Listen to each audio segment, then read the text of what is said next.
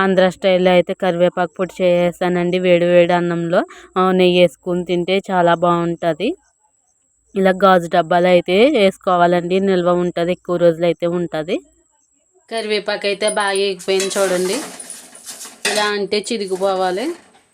ఇదిగోండి ముక్కలు అయిపోతుంది. అయితే వేసాను. ఇప్పుడైతే మిక్సీలో వేసేసుకుందాము. వేడి వేడి అన్నం అయితే పెట్టేసుకున్నానండి. కరివేపాకు పొడి, పప్పు చింతకాయ కూర వండాము. చాలా బాగుంది, చాలా కమ్మగా ఉంది. ఒకసారి అయితే ట్రై చేసేయండి మీరు కూడా. అండి, అందరికీ నమస్కారం.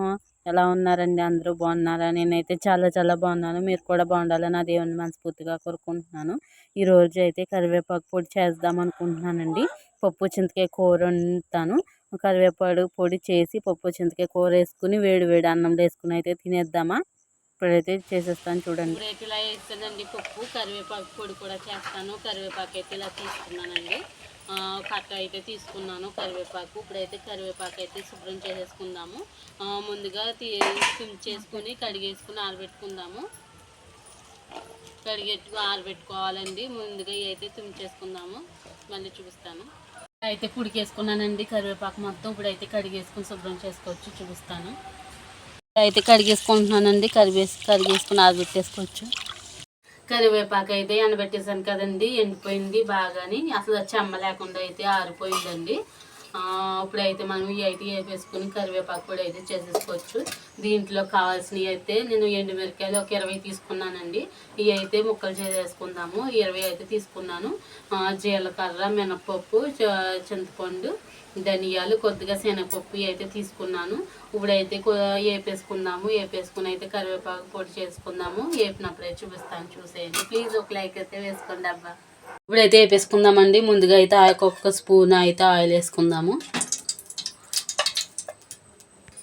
ముందు ఇవన్నీ వేపేసుకుందామండి. ధనియాలు అయితే వేస్తున్నాను.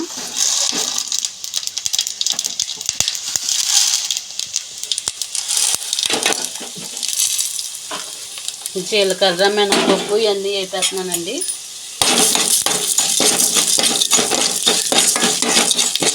బాగా ఎగిపోయాక అప్పుడైతే ఇవి తీసేసుకుని ఎండుమిరకాయలు అయితే వేసేసుకుంటాము.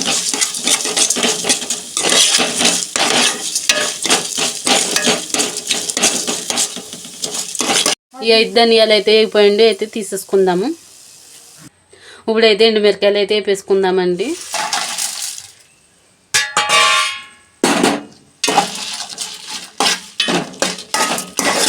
ఎండుమిరకాయలు అయితే వేగిపోయింది, అయితే తీసేసుకుందాము. ఇప్పుడైతే కరివేపాకు వేపుకుంటాను, చూపిస్తాను. ఇప్పుడైతే కరివేపాకు వేసేసుకుందామండి.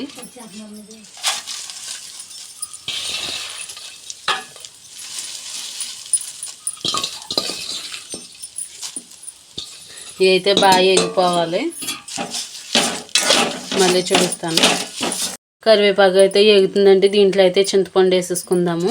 ఆ కరివేపాకు మొదలు తీసుకోవాలండి. లేత తీసుకుంటే టేస్ట్ ఉండదు, ముద్దరాకు అయితేనే టేస్ట్ వస్తుంది.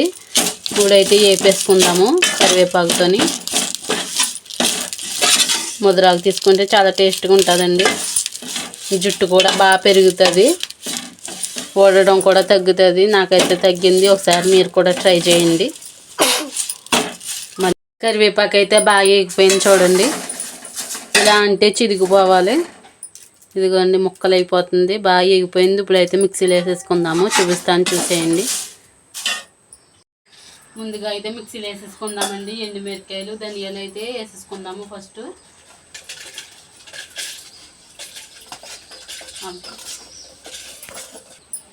దీంట్లో కొద్దిగా ఉప్పు అయితే వేసుకుంటున్నానండి. ఇప్పుడైతే మిక్సీ పెట్టేసుకుందాము.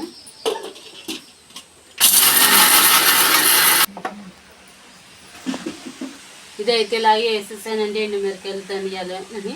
ఇప్పుడైతే కరివేపాకు వేసేసుకుందాము.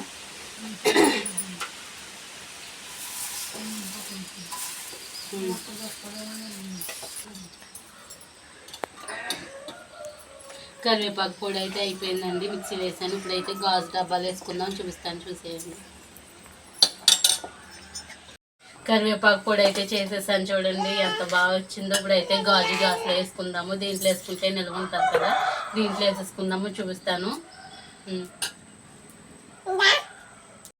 మిక్సీలో అయితే వేసేసాను కదండి. ఇప్పుడైతే దీంట్లో వేసేసుకుందాము గాజు దాంట్లోని. ఇప్పుడు చూపిస్తాను చూసేయండి. ఇప్పుడైతే దీంట్లో అయితే వేసేసుకుందామండి. దీంట్లో వేసుకుంటే గాజు దాంట్లో నిలవ ఉంటుందండి, అందుకే దీంట్లో వేసుకుంటున్నాను. ఎక్కువ రోజులు అయితే నిలవ ఉంటుంది దీంట్లో వేసుకుంటేను. ప్లీజ్ ఒక లైక్ అయితే వేసుకోండి అబ్బా. కొత్తగా మన ఛానల్ ఎవరైనా ఉంటే ప్లీజ్ సపోర్ట్ చేయండి, సబ్స్క్రైబ్ చేసుకొని.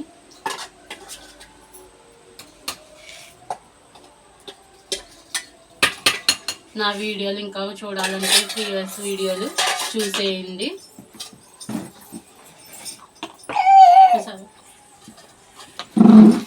ఇలా అయితే వేసేసానండి.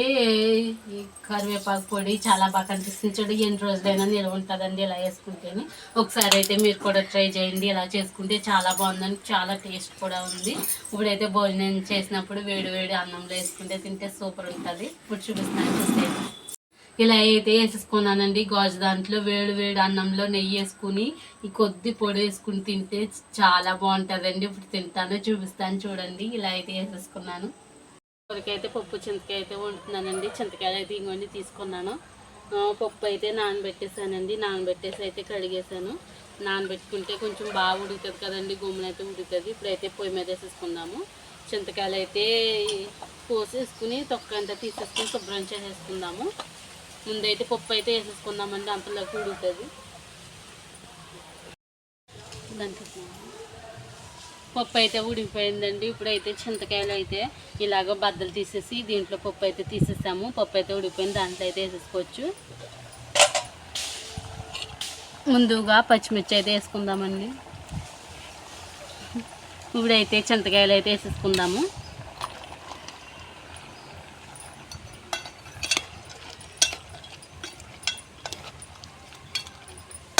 కొద్దిగా ఉప్పు వేసుకుందాము. ప్లీజ్ ఒక లైక్ అయితే ఇచ్చేసుకోండి. మీ సపోర్ట్ ఉంటే నేను ఇంకా ముందుకు వెళ్తాను. ప్లీజ్ సపోర్ట్ చేయండి. ఉప్పు అయితే వేసుకున్నాం కదా, కొంచెంసేపు అయితే ఉడకనిద్దాము. తర్వాత అయితే కారం వేస్తాను. కరివేపాకు అయితే ఎండబెట్టానండి, అది ఇప్పుడైతే కారం అయితే వేసుకుందామండి.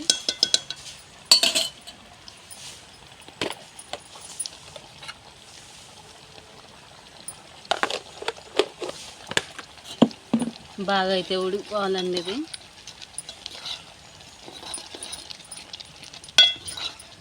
మళ్ళీ చూపిస్తాను ఉడిపోయాక. కూర అయితే ఉడిపోయిందండి. పప్పు చింతకాయ ఇంకోండి చాలా బాగా కనిపిస్తుంది. ఇప్పుడైతే తాలింపు పెట్టేసుకుందాము. తాలింపు అయితే పెట్టేసుకుంటున్నానండి. ముందుగా అయితే కరివేపాకు వేసుకుందాము. ఎల్లుల్లిపాయలు వేయట్లేదండి, కార్తీక మాసం కదా, ఎల్లుల్లిపాయలు అయితే వాడట్లేదు.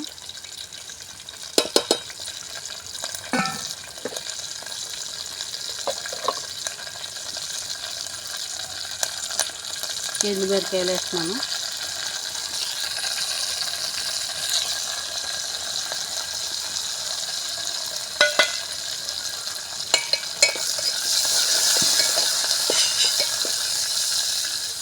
భలే స్మెల్ వస్తుందండి. కరివేపాకు అయితే చాలా బాగా వస్తుంది స్మెల్.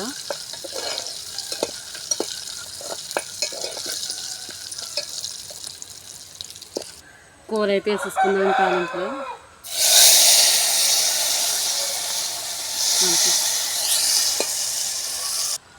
ఇలా అయితే తాలింపు పెట్టేసానండి కూర. ఇప్పుడైతే కరివేపాకు పొడి చేద్దాము. వేడి వేడి అన్నంలో కరివేపాకు పొడి చింతకాయ పప్పు వేసుకుని తింటే మరి ఉంటుంది, సూపర్ ఉండదా. ఇప్పుడైతే కరివేపాకు ఆరిందో లేదో చూసేద్దాము. ఇప్పుడైతే తినేద్దామండి. కరివేపాకు పొడి వేసుకుని పప్పు చింతకాయ వండాలి కదా, కూర వేసుకుని తిందాం. ముందు అయితే తింటాను, సో ఎలా ఉంటుందో చూపిస్తాను.